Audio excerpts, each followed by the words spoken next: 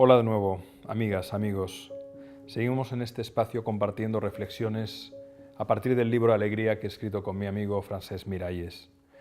Hoy quisiera hablaros de un experimento que se llevó a cabo en el año 1969, hace muchos años, pero que luego ha sido reproducido en otras universidades. En este caso lo hizo el profesor Philip Zimbardo, psicólogo social de la Universidad de Stanford, y se vino a llamar la teoría de las ventanas rotas. Y veréis qué relación tiene esta teoría con la alegría. El experimento es muy simple.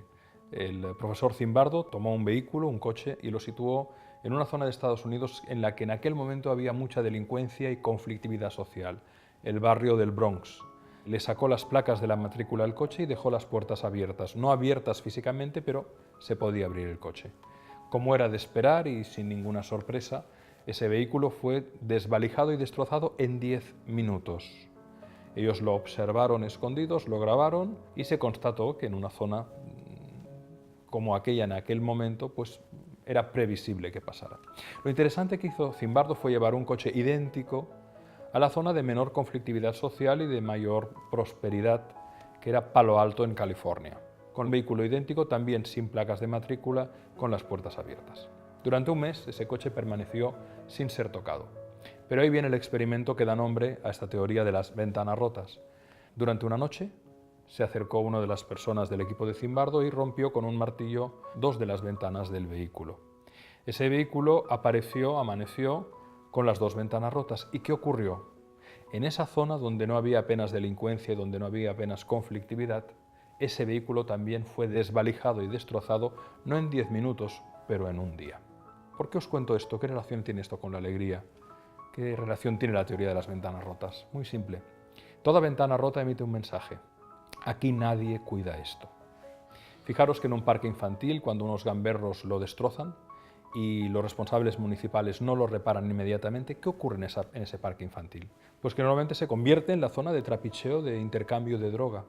Los que van a intercambiar la droga saben que pueden hacerlo tranquilamente porque aquello nadie lo cuida.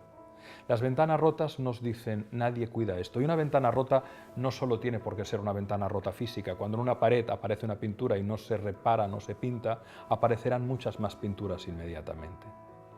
En lo humano tiene una aplicación inmediata. Cuando una persona dentro de una organización es maltratada y nadie dice nada, nadie repara esa ventana que es el maltrato a una persona, la impunidad y el maltrato tienden a contagiarse. Cuando nosotros no cuidamos nuestro cuerpo y dejamos que alguna ventana rota, un dolor de espalda, se cronifique, el síntoma irá más y puede poner de manifiesto, con el tiempo puede generarse un proceso mucho más grave. No puede haber alegría con ventanas rotas, es imposible.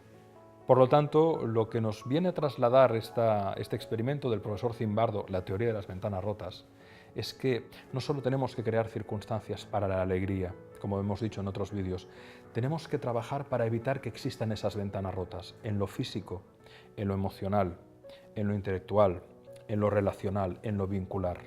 En la medida en que reparamos inmediatamente una ventana rota, estamos diciendo un mensaje. Aquí alguien cuida esto. Y si hay un sinónimo directo del verbo amar, es cuidar. Amar es cuidar. Quien ama, cuida. Quien ama, repara. Y quien cuida y repara y ama, crea circunstancias para la alegría. Nos vemos en una próxima entrega en breve.